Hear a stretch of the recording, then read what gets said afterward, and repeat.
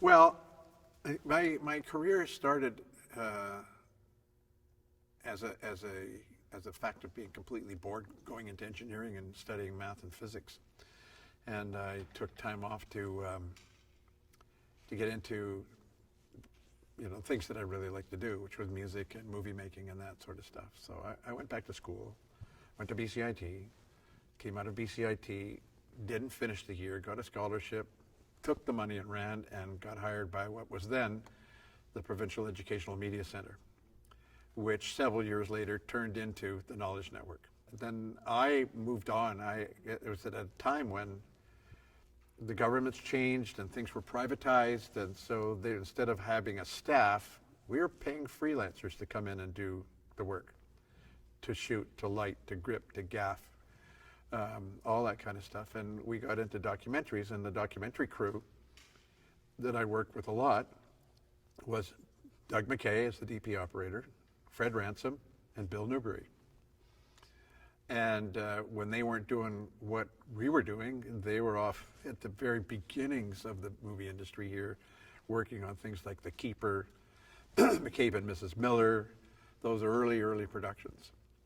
And as life evolved for them and I and myself, they said, you got to get out of this rut and come out here with us.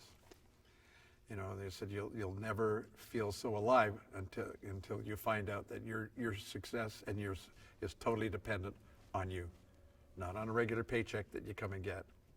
You are the guy that is responsible for your destiny.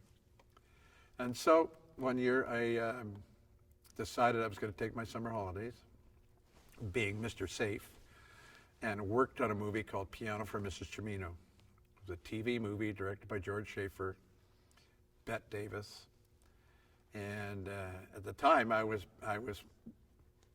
pretty much one of the main guys at the Provincial Educational Media Center. But I started working on this show, and it was a fantastic experience. And because through the years I had done camera, grip, electric, editing, sound editing, almost everything except makeup and hair, I kind of knew a lot more than the people that were around me, because I was hired as the office PA.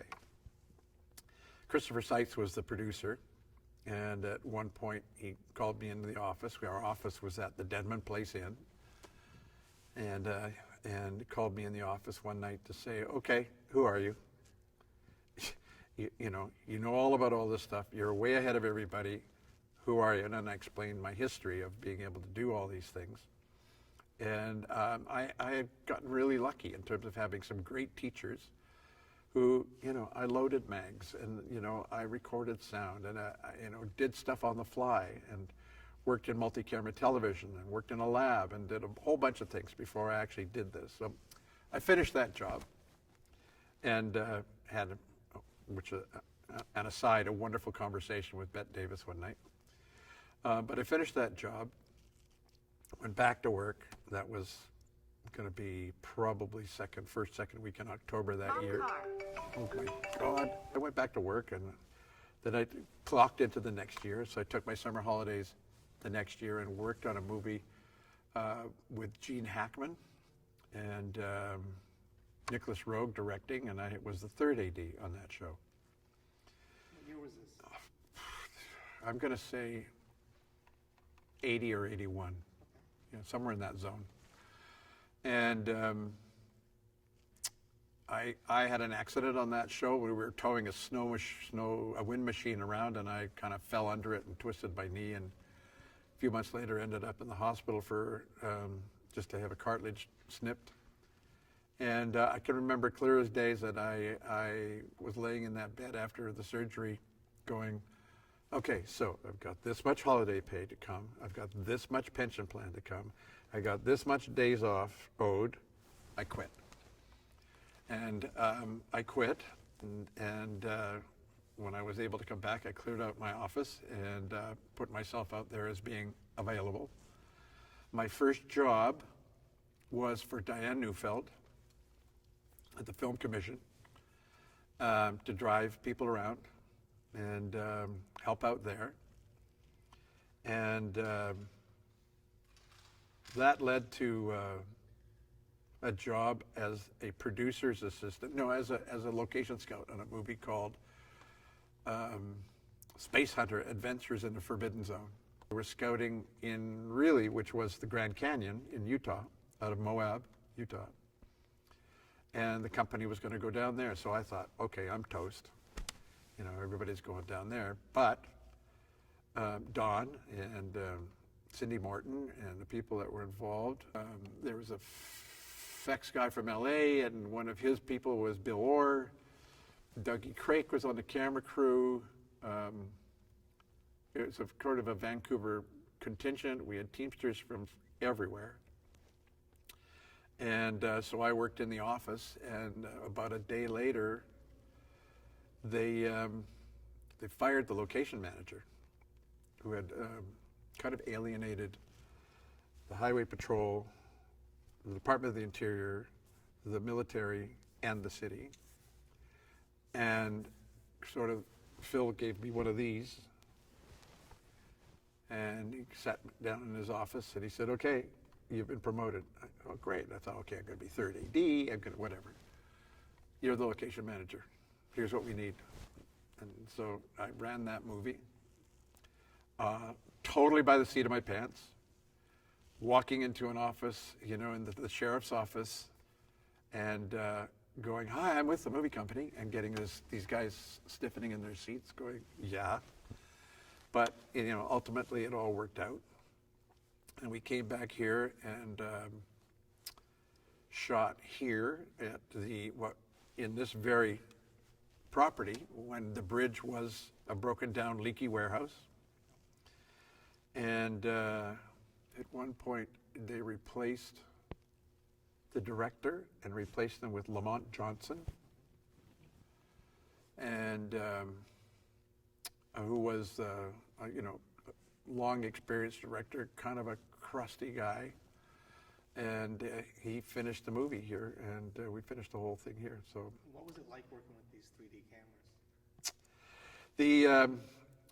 The experience was quite amazing because the 3D cameras, the mounting plate, there were two mounting plates shooting into a beam splitter, and the cameras were mounted on one single steel plate with kind of handles that came out. So it took two really strong people or four people to lift that thing around and mount it on a tripod.